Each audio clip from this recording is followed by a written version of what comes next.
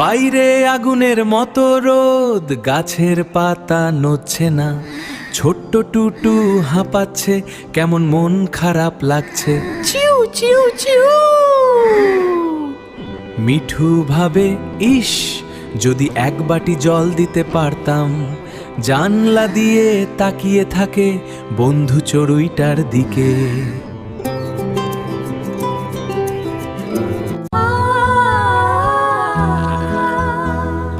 মিঠু টুটুকে ডাকলো খুব কাছে, নিজে এক গ্লাস জল খেলো। সে টুটুকেও একটি ছোট পাত্রে জল দিল। টুটুও খেলো একটু একটু করে, স্নিগ্ধ দুপুর ভালোবাসার ফোঁটা ঝরে।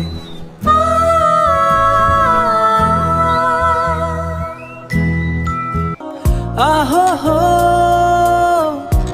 আলমারি খুলতেই ঠান্ডা হাওয়া, কালো জ্যাকেটটা সরাতেই পাতলা সুতির টি শার্ট। মিঠুর গায়ে হালকা আরাম, এই স্পর্শে শান্তি যেন আরাম।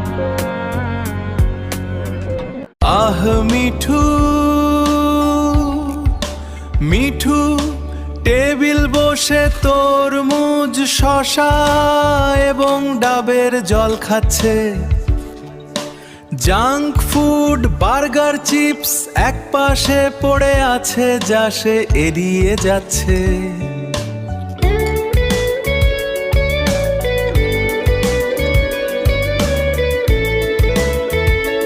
ও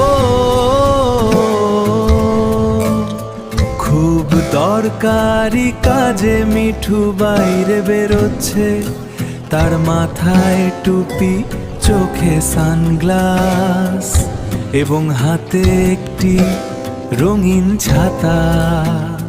রঙিন ছাতা, আহা। দুপুর 12টা থেকে 4টে পর্যন্ত মিঠু ঘরের ভেতরে বই পড়ছে।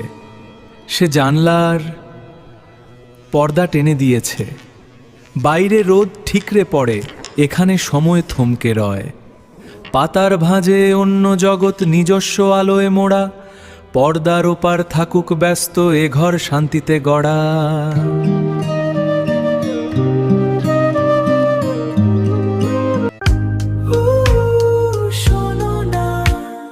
বাচ্চাদের তোমরা রোদে বেরিও না, এখন দুপুর আকাশ আগুন রঙা।